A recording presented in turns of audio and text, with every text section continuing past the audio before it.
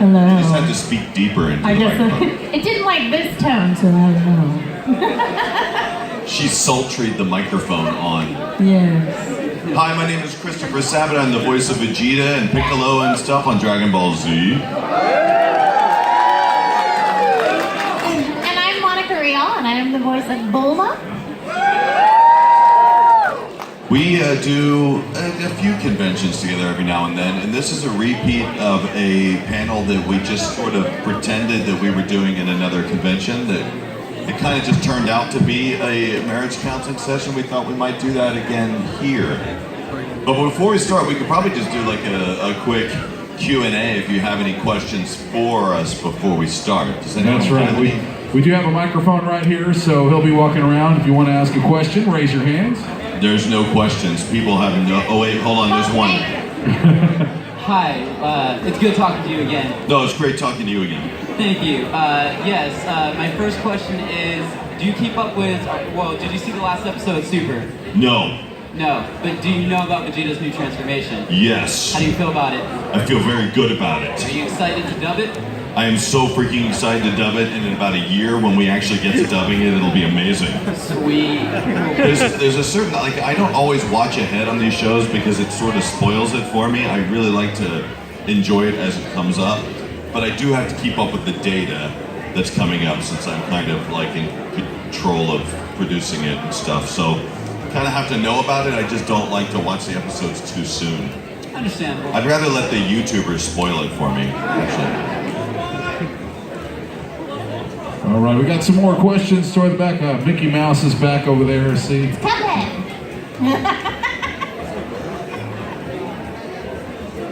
Hi. Hello. I heard that what about y'all Dragon Ball Super taking a long break until after this Dragon Ball movie comes out? Oh, I've heard that actually Dragon Ball Super might be ending in around. I think they just announced it was going to be ending in March. I don't know a lot of the details about it. They don't tell us. We're Americans, so. Yeah. We just dub it. And when they do tell us, they speak in this dumb language that we don't understand. They try and tell us things. I'm like, dude, speak English. It is true that they're ending it. I don't know if it's forever or whatever, but I do know that. They also said they were going to do like a Oops saga. A what sort of saga? Oob. An Oops saga? Oh, Oob. Okay, sorry. The Oops saga was the Garlic Jr. saga from Dragon Ball Z. Sorry, never mind. That was a deep cut joke. Any other questions? If you just want to yell it out, you can too. Oh wait, hold on. Mickey Mouse hands. Oh, Cuphead hands. My question is, well, first of all, I always found Vegeta to be in every sort of way better than Goku. I agree with you. And actually, what's your opinion with A, how Vegeta gets treated, and B, the amount of L's that he's taking through his lifetime? When do you think it's enough? Wow. Yeah, Vegeta kind of has the crap end of the stick a lot, but I kind of like that about his character. I would never be able to play the character of Goku. I never would be able to play it. Every time I watch Goku, I'm annoyed by him because he's just so sickeningly nice. I like characters that have a little bit more grit to them, and yeah, he's like he hasn't gotten a ton of wins really, especially important ones. But I think you love him for that reason because he's kind of like perpetually the underdog of the show. And if he ever did win, he'd just blow everyone else up and just sit in silence for the rest of eternity or something like that, waiting for his tail to grow back or something. Okay. Oh, she has a question. Wait. There you go. I was gonna ask, is it fun to play the voice of Sue? Is it fun to play the voice of Soup?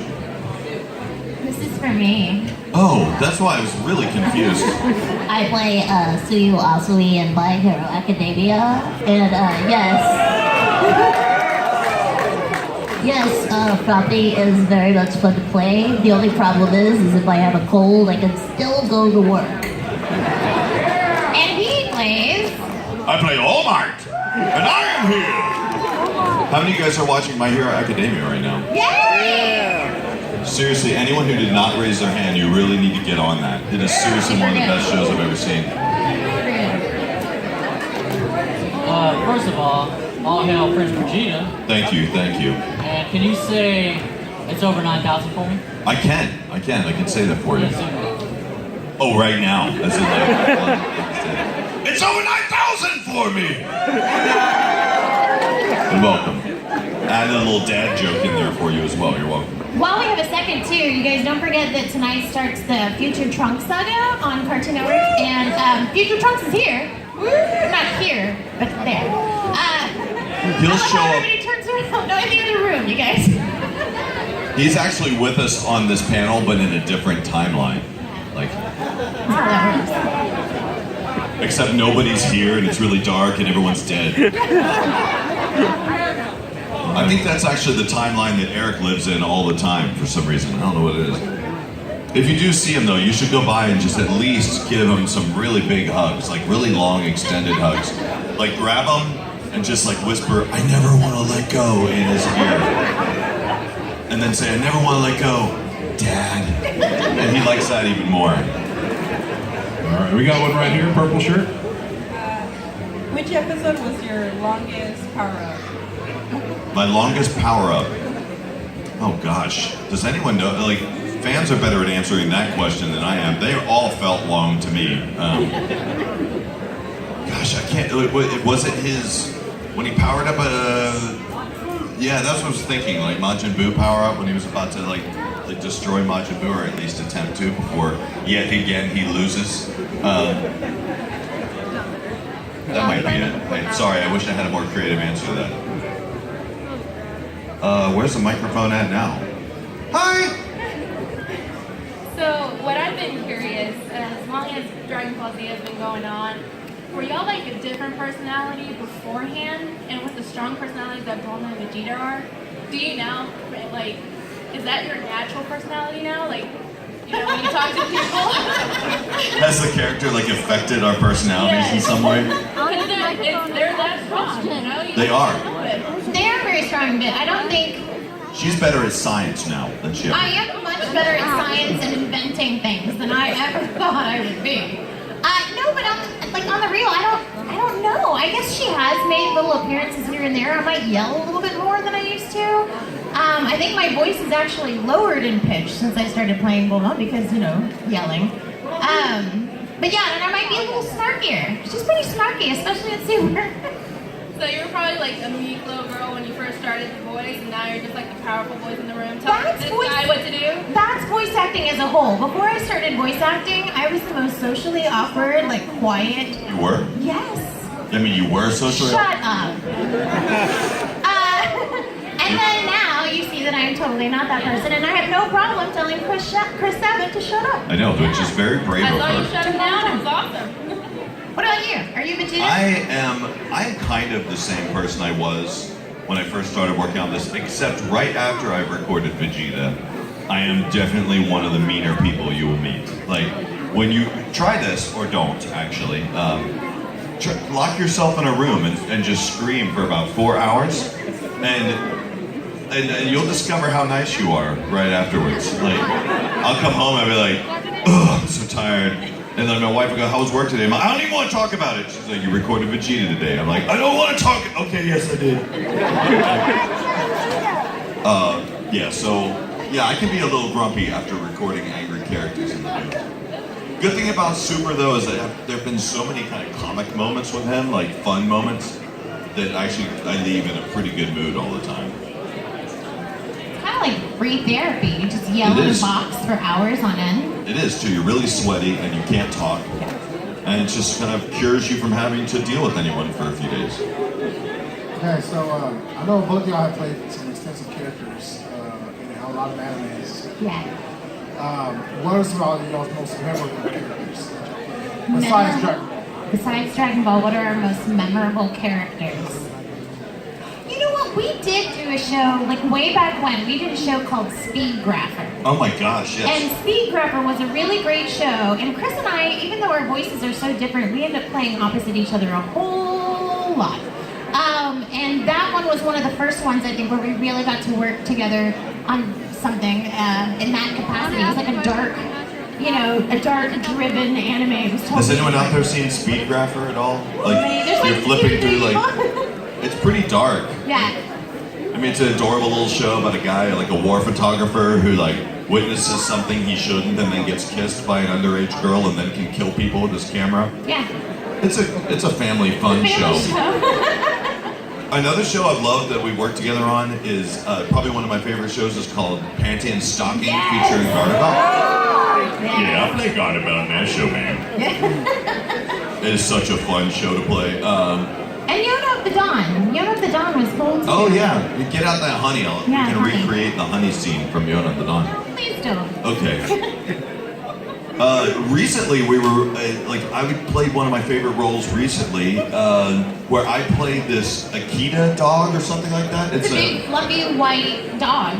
And what's the name of this show? Kino's Journey. Yeah, I played this talking dog who sounds like Frasier or something like that, and she plays this really awkward alien girl. Whatever. She's very quiet, but I didn't know that Chris was the voice of the dog, so I just saw this dog and fangirled out. I'm like, what a cute dog! And then when his voice came out, I'm like, all right, Vegeta has competition. That might be my favorite Chris role ever. It's such a fun role for me because the dog is really smart, and yet the main character asks some questions like, "Where should we go next, buddy?" And I go like, "I don't think you understand, but I actually like to sniff my butt on a regular basis, so I'm probably not the best person to ask this question to." So yeah, those are probably the best two, and then of course My Hero Academia is freaking awesome. I don't know if I made it clear, but you gotta go home. I recommend you just all leave right now and go watch it. Okay, no.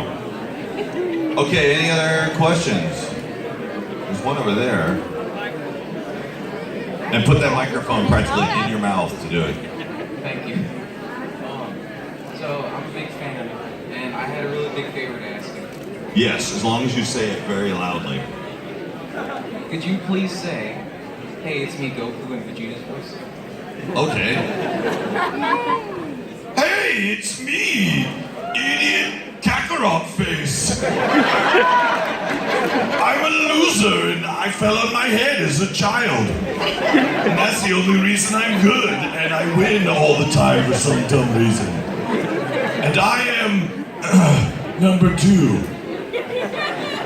Oh, you guys speak on the 25th on Twitch, right? Is that where they can watch your I think you can watch it on Twitch, yes. So, Goku and Vegeta are going to go head-to-head. Sean and Chris are going to be playing Dragon Ball Fighters against each other.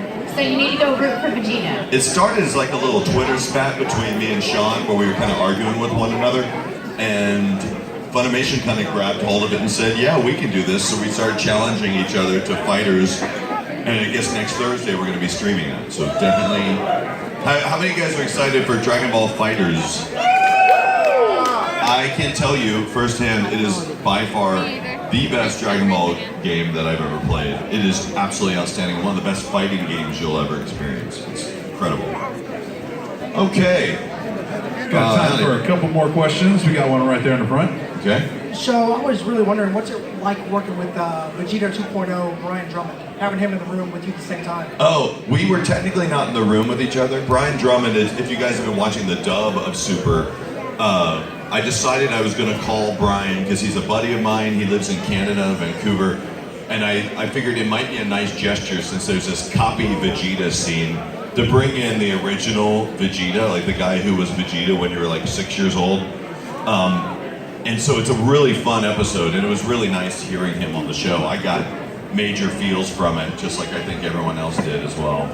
He's a super cool guy, like super talented. He was a legend voice actor guy before I even met him.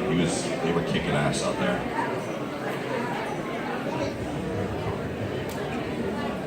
I was wondering, since Vegeta was once a space tyrant who would go to people's planets and eat the local population, I was wondering what would be the one thing that would redeem him so that he wouldn't go to hell when he died. Oh, wow, that's deep. I mean, I think he's already redeemed himself so many times. Like he has a good family now. He's a family man. He knows how to make a good omelet. He sings songs about bingo. I mean, Yeah. At the same time, you do have to take into consideration that he killed entire planets full of people. And ate them. And ate some of them, yeah. I mean, stuff happens. In biblical terms, he'd only have to like repent once or something, then he'd be fine, right? All he has to do is talk to a priest one time. Good. Or Kai. I don't know. Yes! My question is, how do you all feel about really not knowing each other, but then whenever Dragon Ball Z came around, you all finally started working together, and then now from not knowing each other to becoming one of the most connected people in the Dragon Ball universe? Oh, that was awesome. That was a great question. That was a great question. The crazy thing is we don't actually get to work together as much as you might think. Like, I've gotten to know them because I directed Dragon Ball, so I got to see them every time they would come in. So I'm very lucky in that case, and we get to see each other at conventions, which is really awesome for us. And we've been friends for a long time, like just because we're buddies. Yeah, we're buds. We live practically in the same neighborhood. But yeah, I think most of us, we work individually because we have to match those little flaps, and that's a lot of work. So we go in individually, and I think that's what people forget sometimes, that, that you're talking about a whole bunch of people in a room by themselves talking to the wall, and then when you put it all together, it has to sound like they're all talking to each other. So it's not an easy feat. But it is pretty awesome. It is Like, awesome. I really have made my absolute best friends working on Dragon Ball. I mean, because I haven't had much of a choice, because we work on Dragon Ball so often, you don't have a chance to do anything else, so you might as well make friends there. Except for Eric Vale, he's a garbage person. You can tell him I said that. He's my son. He would be up here, except he has stomach problems, so he's probably hiding in a bathroom somewhere right now. Please go see him. Thank you for answering the question. You're welcome, sir. What a well-mannered young man right there. Hey guys, tell everybody where they can find you on social media here before we get going here. How can they follow you? Where can they find you guys?